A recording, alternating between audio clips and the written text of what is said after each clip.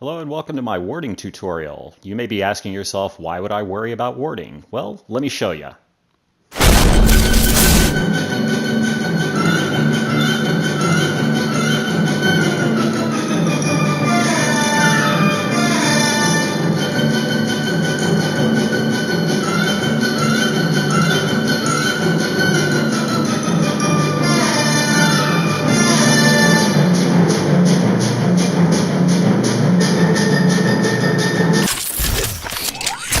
Now, to avoid all that nonsense, we're going to need vision on the map. What vision is basically the ability to see things on the map where none of your team are.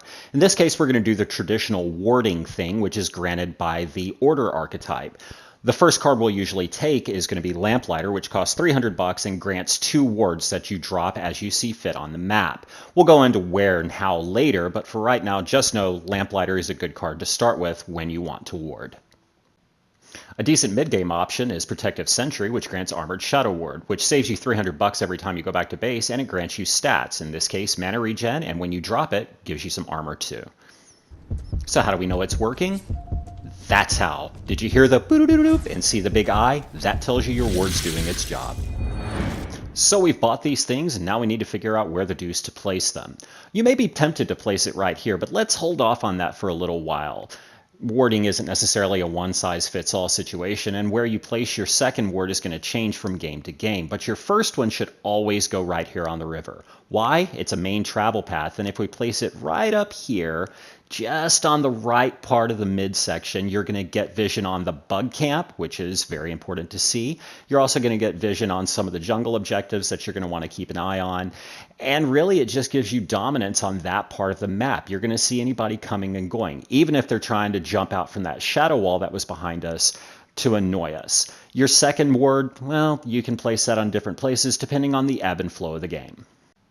One of your primary duties as a warder is to refresh your wards. They only last about 4 minutes, which isn't a whole heck of a lot of time in a 30-minute game, so you're going to spend a fair decent amount of time roaming around the jungle dropping new wards. It's time to talk about jungle objective warding. In this case, we're going to go ward Fangtooth, and you usually want to do this between 6 and 7 minutes into the game. You can go in and drop it right at his feet, and in this case, we're going to be a little sneaky. You see this cracked wall right in front of us? You can actually drop your ward right over that wall, keeping you nice and safe, while at the same time still granting that same vision into the pit. That's going to let us know when Wraith needs to snipe it to steal the kill, or even let our team know when it's time to jump in and engage the enemy. The other major jungle objective is Orb Prime. Now this pit is symmetrical to the pit for Fangtooth, so all the same tricks and tactics apply. There's no real hard and fast rule here for when to drop that ward. It all depends on the game. Another great spot to drop your ward is here next to the black buffs, which are in the upper right and bottom left corners of the map.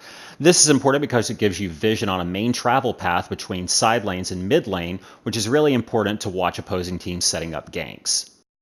Toward the later portions of the game, we're going to want to drop our ward right over here, typically when we're pushing the inner towers or even the inhibitors. We want to see into this little zone because it's a primary staging ground for the enemies to come out and try to nullify our offensive with a gank. We're pushed way far out, we're away from our towers, we're very vulnerable and exposed.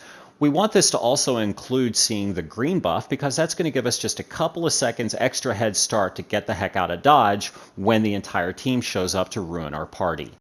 Finally, what I consider to be one of the most important places to drop a ward in the game, right over here. This is going to give us vision into several entrances into the lane, which is going to help us defend against or set up ganks. It's also giving us vision on one of the main travel paths to get to and from jungle objectives, which is going to give us time to respond in the event that, say, they're going for Orb Prime. Remember earlier when I mentioned that Armored Shadow Ward gives a basic armor buff when you drop it? Well, that applies to your entire team, so you can try dropping it in mid-combat just to give your team that little extra edge, possibly a little bit extra survivability that can in fact turn the tide of battle. So warding, when to do it, how to do it, why to do it, what cards to use to do it. We've covered a lot of information today, but put to good use, that information will help you have a lot more victories and ultimately avoid those messy death montages like we had at the beginning of the video.